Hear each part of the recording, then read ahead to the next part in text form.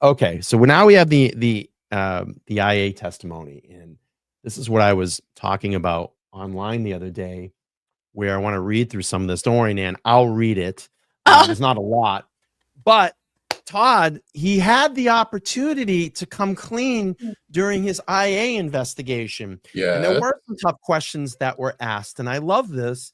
And he had multiple chances to tell his side of the story and clear the record, and he decided to use the old not to my recollection. So I'm sure this is attorney, and we heard a lot of that during the Karen Reed trial, but I'm sure his attorney whispered in his ear before he went into, and I think this is kind of great too. So when the tough question comes down about nefarious things on his phone, what does Proctor want to do? He wants to run to the bathroom. So we'll read this really quick, Todd. So question, and this is Lieutenant Dwyer that's asking this question. Is there any information from your personal cell phone, whether currently they will be used, that there or used to be, that is not introduced in the Karen Reed trial, that could be any way connected to an investigation that you may have been involved with? I know that's a long-winded question. And his answer, all right, let me try to shorten that. Other than the information that was presented at the Karen Reed trial, is there any other information that ever existed or does exist on your phone now and then could be connected to any case that you worked? Here we go. Before I answer that, can I just get 1 minute? Sure, absolutely. Bathroom break. Yes, absolutely. Thanks. Where's he running, Todd? Who's he texting? Who's he calling? Come on. Yeah. Come on. There you go. I don't want to answer that question. I don't have an answer for that question. What I want to, what's in my head is gonna crush my appeal. You know, all the above. Mm-hmm. All right. So we come back and we have Dwyer back on the record. Okay, we're back on the record. It's 12:10. I wonder how long his pee-pee break was for. But here we go. Dwyer gets right back into it. I'm going to rephrase the last question I asked. Understood that there is information contained in your phones that is relative to an investigation, right? So minus any information that is investigative value. Is there any derogatory, defamatory, offensive, or any other text that don't have any investigative value on your phone that relates to any investigations that you have been involved with? Answer: not to the best of my recollection. Okay, here we go. Question. Okay, so as a follow-up, it's kind of redundant, but, and they're giving them another chance here, I want to make sure, in case it's not, are you aware of any information that may exist or used to exist on your personal cell phone that could potentially view as damaging either to yourself or the department that had not already been released? Again, not to my recollection. Are you aware of any information, he's asking again, to exist, that could exist in this iCloud account or your work cell phone that could be considered discoverable information that has not been turned over? Not to the best of my recollection.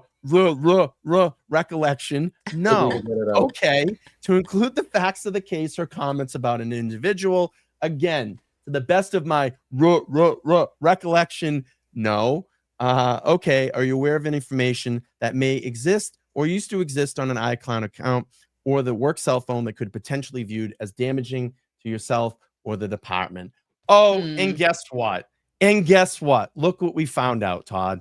Newly discovered text messages from fired Karen Reed, investigator Michael Proctor, could impact hundreds of cases, a legal expert says. And obviously, we know a lot of this defamatory stuff goes back to 2013. Hence, why he decided to drop his appeal. Yeah. Yeah. So it's out, right? So Pandora's box has been opened. And I think the lawyer calls it Proctora's box. But anyways, that's been opened, and it's all exposed. It's just, we have not seen all that's there, but it's coming, right? This. What potentially could have happened if this guy just said, hey, here it all is. What do you think would have happened? I think he was so far down the road, even being given the chance to be honest and transparent, he was so far down the road, there was no saving himself. There was Yeah. absolutely no saving himself.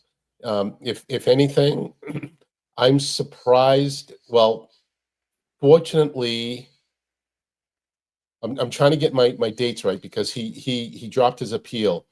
So, given the timing of all this, this certainly would have availed itself before the decision of the Civil Service Commission, Hmm. right? So Mm-hmm. better for the attorneys from the union to say, no, we're dropping you, Mhm. Proctor, because this would have been very damning. And to be quite honest, the state police would have looked bad. Worse than they already do. Yeah, I mean, once you know your union's dropping you, you're in a lot of trouble, right? I mean, you just Yeah, don't have the protection anymore. Yeah. yeah. Go ahead, Nan. You wanted to jump in Yeah, there?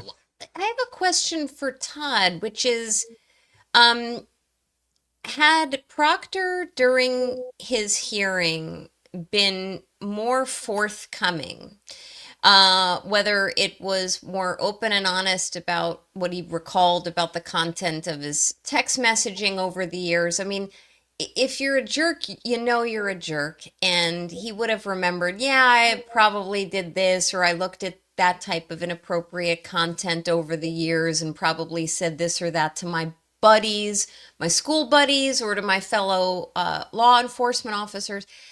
Had he been more forthcoming, and even if asked, gave names, which I don't know if the questions would have actually evolved to that, but if they said, well, who have you in law enforcement have you sent questionable, defamatory, derogatory text messages to? And he starts saying Good, Buchanan, Fanning, Tully, whomever.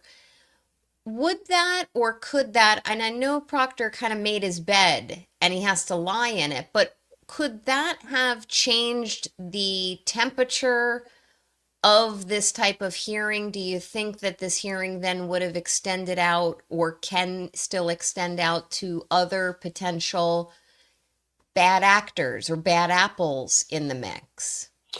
Well, I think the appeal focusing on him trying to get his job back, I don't think it would have extended to implicate anyone else. However, we have to go back and understand Proctor's defense, which was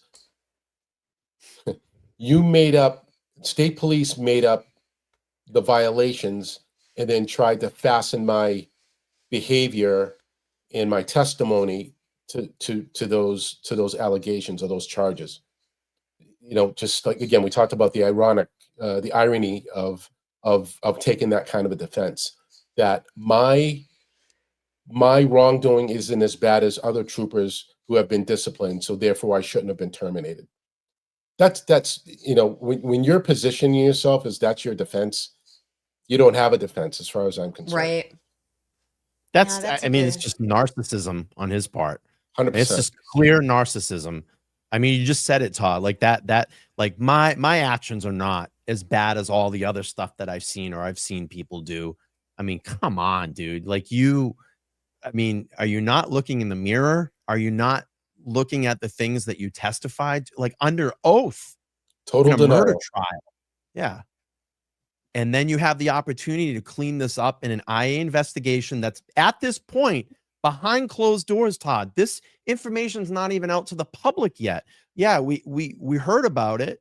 This wasn't even out, wasn't even out to the public. He could have cleared things or at least tried to say, hey, but it's just clear narcissism on this guy's part. And I'm glad that he's getting everything that's come his way because he deserves it. He deserves it. Well, He's a I he's a can rotten apple. He's a rotten apple in the MSB. It's probably influenced a lot of people. And I'm going to tell you, in my opinion, the next two there to go, we're going to find a lot of shit on is Tully and Yuri because they were Mm-hmm. like right there with him, right alongside him, and they were his superiors. I think this answers in response to you, Brian, in answering Nan's previous question. Had he came clean, Dwyer's position would have then been, well, he admitted to all of this wrongdoing, and so that just further substantiates our charges and our Yeah. position for termination. That's Right. the direction Dwyer would have taken it.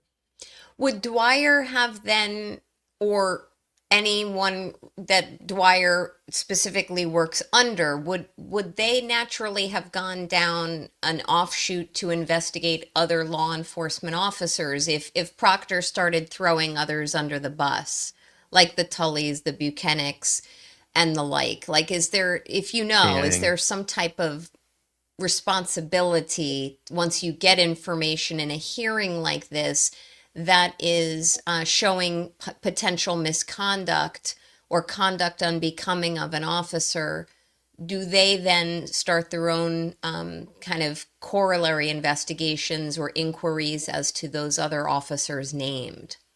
Based on all of the aspects of this trial, I would say yes. Yeah.